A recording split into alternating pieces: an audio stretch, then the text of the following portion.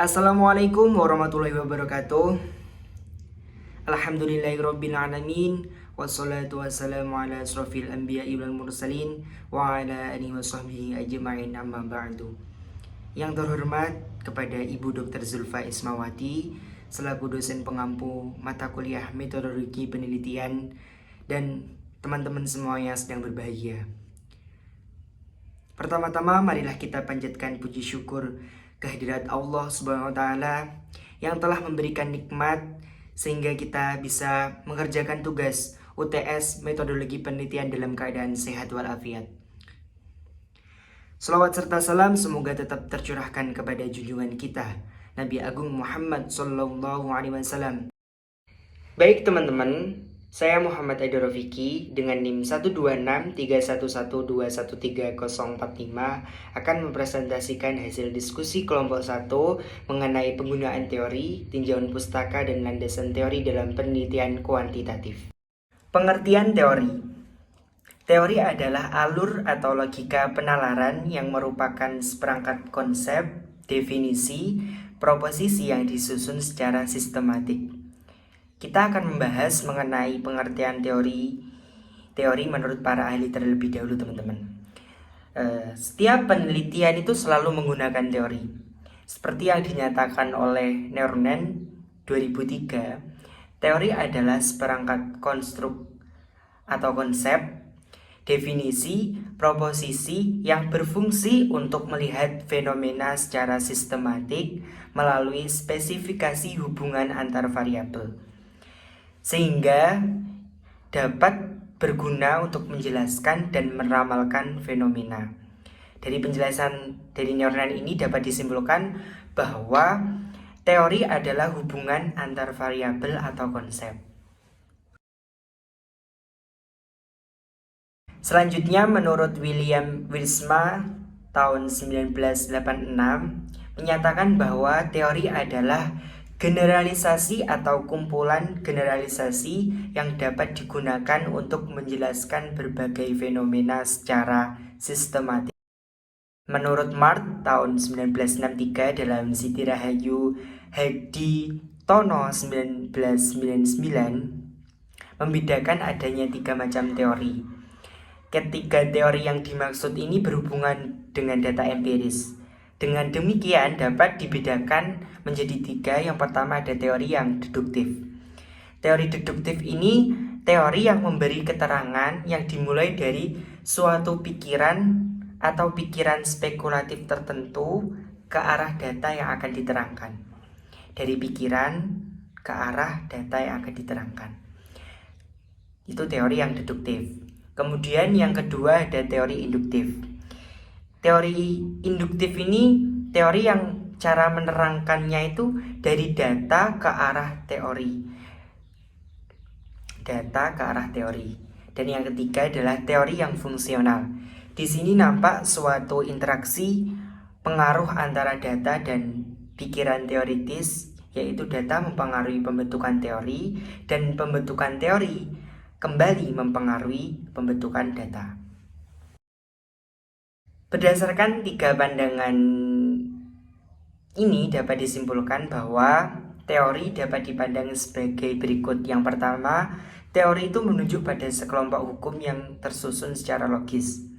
Hukum-hukum ini biasanya sifatnya punya hubungan yang deduktif. Yang kedua, suatu teori dapat merupakan suatu rangkuman tertulis mengenai suatu kelompok hukum yang diperoleh secara empiris dalam suatu bidang tertentu. Dan yang ketiga, suatu teori dapat menuju pada suatu cara menerangkan yang menggeneralisasi. Di sini biasanya terdapat hubungan yang fungsional antara data dan pendapat yang teoritis berdasarkan data tersebut gitu. Berdasarkan data tersebut dapat ditarik kesimpulan bahwa suatu teori adalah suatu konseptualisasi yang umum. Konseptualisasi atau sistem pengertian ini diperoleh melalui jalan yang sistematis, sehingga suatu teori harus dapat diuji kebenarannya. Bila tidak bisa diuji, maka itu tidak bisa disebut sebagai sebuah teori. Baik teman-teman semuanya, kita dapat tarik kesimpulan bahwa secara umum teori mempunyai 3 fungsi. Yang pertama yaitu menjelaskan, explanation, meramalkan, prediction, dan pengendalian kontrol suatu gejala. Kita akan ambil contoh, misal, mengapa kalau besi kena panas memuai dapat dijawab dengan teori yang berfungsi untuk menjelaskan. Selanjutnya, kalau besi dipanaskan sampai suhu 75 derajat berupa pemuaiannya bisa dijawab dengan teori yang berfungsi untuk meramalkan. Dan yang terakhir, misal kita ambil berapa jarak sambungan rel kereta api yang paling sesuai dengan kondisi iklim di Indonesia, sehingga kereta api di jalannya tidak terganggu karena sambungan, dijawab dengan teori yang berfungsi pengendalian atau kontrol. Selanjutnya, fungsi yang ketiga adalah sebagai kontrol. Kontrol ini digunakan untuk mencandra dan membahas hasil penelitian, sehingga proses selanjutnya digunakan untuk memberikan saran dalam upaya pemecahan masalah. Baik, selanjutnya akan membahas mengenai struktur teori. Struktur teori yang pertama itu ada grand theory. Grand theory adalah teori-teori makro yang mendasari berbagai teori. Grand theory adalah teori yang menjelaskan keseluruhan dari kehidupan sosial, sejarah, maupun pengalaman manusia. Grand theory ini bersifat abstrak karena tersusun dari konsep-konsep utama yang digunakan untuk memahami dunia sosial. Yang kedua ada middle rank theory atau middle theory. Adalah teori yang berada pada level meso atau menengah, di mana juga fokus pada teori makro dan mikro. Middle rank theory adalah teori-teori yang digunakan untuk menghubungkan pemisah antara hipotesis terbatas dari studi empirisme, dan teori-teori besar atau grand theory yang abstrak. Ada yang mengatakan bahwa middle rank theory adalah teori-teori yang belum bisa dipercaya kebenarannya, namun diperlukan untuk pengembangan hipotesis-hipotesis dalam penelitian, hingga diperlukan usaha-usaha sistematis untuk mengembangkan teori gabungan yang akan menjelaskan seluruh penelitian yang seragam.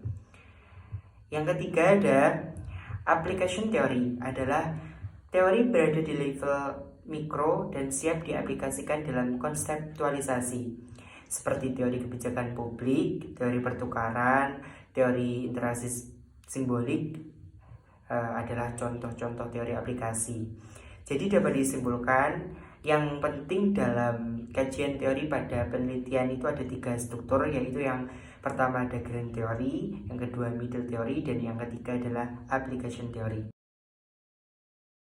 Pada penelitian kuantitatif, teori atau paradigma teori digunakan untuk menentukan peneliti menemukan masalah penelitian, menemukan hipotesis, menemukan konsep-konsep, menemukan metodologi, dan menemukan alat-alat analisis data. Pembagian teori. Pembagian teori ini ada 3. Yang pertama ada teori deduktif. Ini memberikan keterangan dari suatu pikiran spekulatif tertentu ke arah datar yang akan diterangkan. Jadi pembahasan ini itu dari umum ke khusus. Yang kedua adalah teori induktif. Ini menerangkan dari data ke arah teori. Jadi dari khusus ke umum. Yang ketiga adalah teori fungsional, yaitu suatu interaksi yang mempengaruhi antara pembentuk data dan pikiran. Sekian, terima kasih penjelasan mengenai pengertian, fungsi, dan struktur teori oleh saya Muhammad Haidar Rufiki dengan NIM 12631121345, dan untuk pembahasan selanjutnya akan dibahas oleh anggota kelompok 1. Terima kasih. Wassalamualaikum warahmatullahi wabarakatuh.